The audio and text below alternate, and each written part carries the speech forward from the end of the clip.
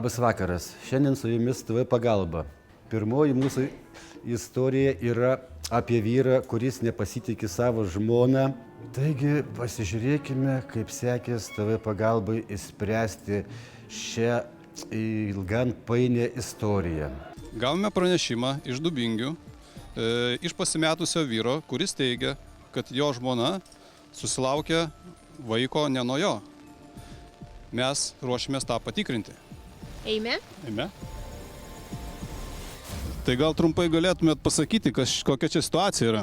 Nu, aš žinau tikrai, kad tas vaikas ne mano, buvau išvažiavęs Olandiją užsidirbti pinigų, pjausčiau mėsą, grįžau po 5 mėnesių, o motina žmona tai jau gimdė. O ką žmona sako? Nu, kad mano. Kinės esat, kad tai yra ne jūsų vaikas. 100%. Nu, beveik įsitikinęs. Aš kartais pagerės ir padariau, norėčiau įsitirti. Kur mes keliaujame, sakykite? Važiuojame, einame ieškoti žmonos. Suprantat, mamos buvom nėra, ji labai retai būna namuose. Tik nori, kad būtų pinigiukai, jai tik už tą vaiką. Draugų būrė, man atrodo, ji bus šitam kabakė ar kur kokioj tai vandinėje. O, štai mano žmona, gražuolė, kur jinai atsidūrusi. Ką tu čia pasikvietei, kodėl tu čia pasikvietei? O Kad kodėl? išskirtum mūsų tavo brangiai vaikelį. Bet aš galima dabar jus pakalbinti? dirbu aibiai, sunkus darbas. Mes gavome žinių, kad tai yra ne jūsų vyro vaikas. Kaip tai ne mano vyro, mano? Taigi gyvenam 100 metų. Iš kur jis gali būti mano? Tikrai nesipykit, nesinervuokit. Šiuolaikinės technologijos leidžia viską įsiaiškinti tiksliai ir taikiai. Ir gal galėtumėme atlikti DNR tyrimą, kuris tiksliai atsakys į visus klausimus. Aišku, todėl, kad aš esu visiškai įsitikinusi, aš esu absoliučiai teisi.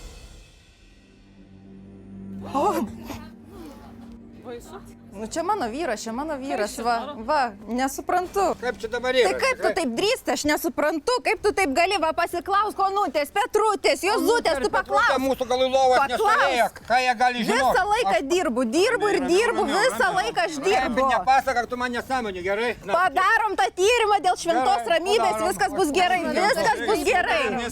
Taigi, problema aiški, visi ją matėte. Labai gerai yra tai, kad mes pasiruošę ją spręsti čia ir dabar.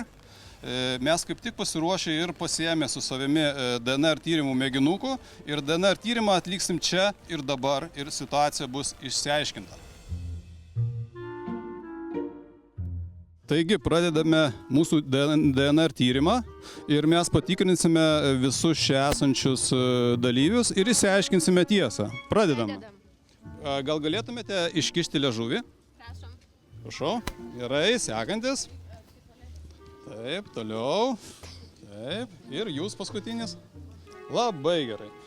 Dabar atiduosime tyrimus į laboratoriją ir labai greitu laiku turėsime rezultatą. Šį vakarą parengėme dar jums vieną istoriją. Kartais gyvenime būna, kad nesuprasi, kuris žmogus yra teisus, kuris yra vagis ir atvirkščiai. Šiandien sprendžiame tokią pačią bėdą aibės parduotuvėje. Taigi dėmesio į ekranus.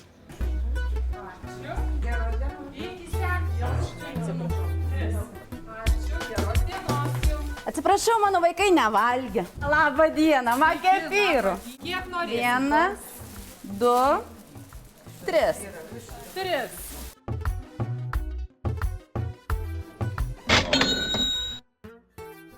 Šiandieną gavome iškvietimą į Dubingius, kad aibės parduotuvėje vieną moterį apskaičiavo pardavėją.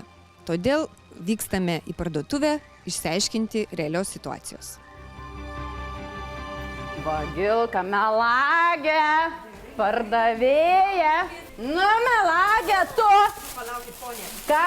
Prašau, jūs... Kiek pirkau? Pažiūrėk, kiek pirkau. Kiek pirko, tiek ir įmušiau. Aš mačiau, kad jūs paėmėt 4, aš jums ir įmušiau 4. Jūs visi nusiraminkit, mes turim slaptą kamerą ir mes galim nueiti ir pasižiūrėti viską. Kiek jūs ten norėjot, sakykit? 1, 2 ir 3. 3, supratau. Va, jūsų kefyras. Prašau. Tvarkinga, kultūringa moteris. Kasgi išprovokavo jūsų tokį elgesį? Kaip jums atrodo? daugiavaikė motina, pašalpos negava už ką jos maitinti. Na, svarbu šitą situaciją išsisprendė va taip taikiai, Aibė jums pretenzijų neturi ir dovanoja jūsų šeimai maišelį kefyro. Ačiū. Tai ponė, parodykit, kas čia dabar, kaip čia yra, kas čia, kur čia mes dabar atėjom, atsiprašau. Čia mano vaikai dirba, čia mano sūnus, susipažinkit, mažylis. Parnešiau, tau davė lauktuvių. O, mama, kefyras. O ten komanda irgi šeimos nariai tikriausiai? Taip, dukra, kita dukra. Aha, tai čia tas kefyras, va kaip ir labai tinka šiuo atveju, ar ne? Mažai buvo iš tikrųjų. Na tai užsidirbs va ta kompanija graži ir nusikirps. Mano vaikai darbininkai, mes visi labai puikiai dirbom. Taip, vaikai? Nuo ryto iki vakaro.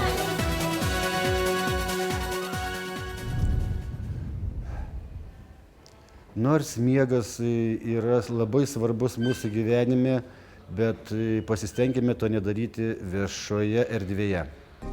Labadiena. Šiandien gavome ekstra iškvietimą, į kurį turime reaguoti čia ir dabar, nes vienoje Aibės parduotuvėje vyksta kažkas nerealaus. Paskambino mums pardavėja ir pranešė, kad kažkas prie durų miega. Tai mes skubame ten kelti.